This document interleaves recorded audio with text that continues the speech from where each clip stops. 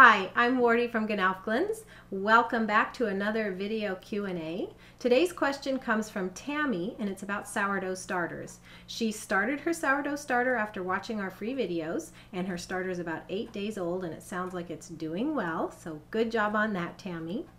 And her question has to do with feeding. She says that it's not taking 12 hours for it to double in size, it's more reaching its peak after 3 to 5 hours, and it has well fallen by the time 12 hours rolls around. So she wants to know if she should feed it sooner.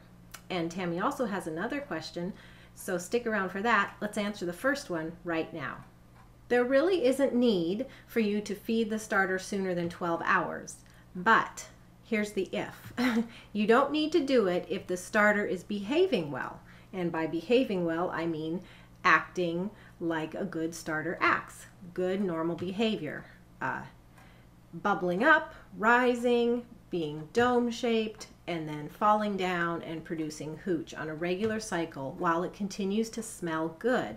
It'll smell sour, it'll smell a little fresh. It will also behave well when you go to bake it. Like if you're going to make pancakes or something like that.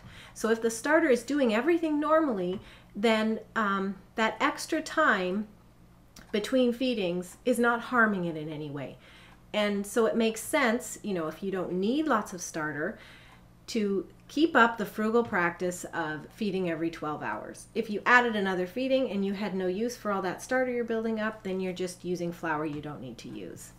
Now, the other side of the coin is if the starter is not doing well, it's getting less bubbly over time, it's not smelling quite so good, it's not doing very well when you bake with it, that's a sign that you might want to add another feeding. And Tammy's second question is about when the starter is ready to use. Well, you've described your starter to me and it sounds like it's doing great. It's 8 days old, it's doubling in size, it smells sour and fresh. If it's having all those normal signs of a healthy starter, you can use it right now.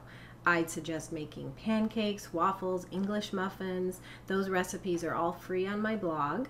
Or you could jump into the recipes that are in the Sourdough A to Z ebook or the Sourdough e-course. What I would suggest holding off on are bread recipes, you know, like sandwich bread, because really that will do better when the starter is older and more mature and the colony of yeast more established. But you can go ahead and use your starter right now if it's as you described to me.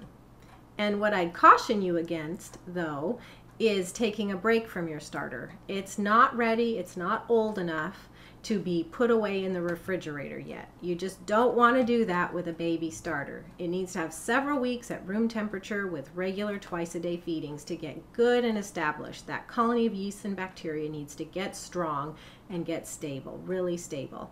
So don't put it away yet. Keep using it, feeding it, and you can go ahead and use it in recipes. And that regular practice of feeding and usage is going to make it strong.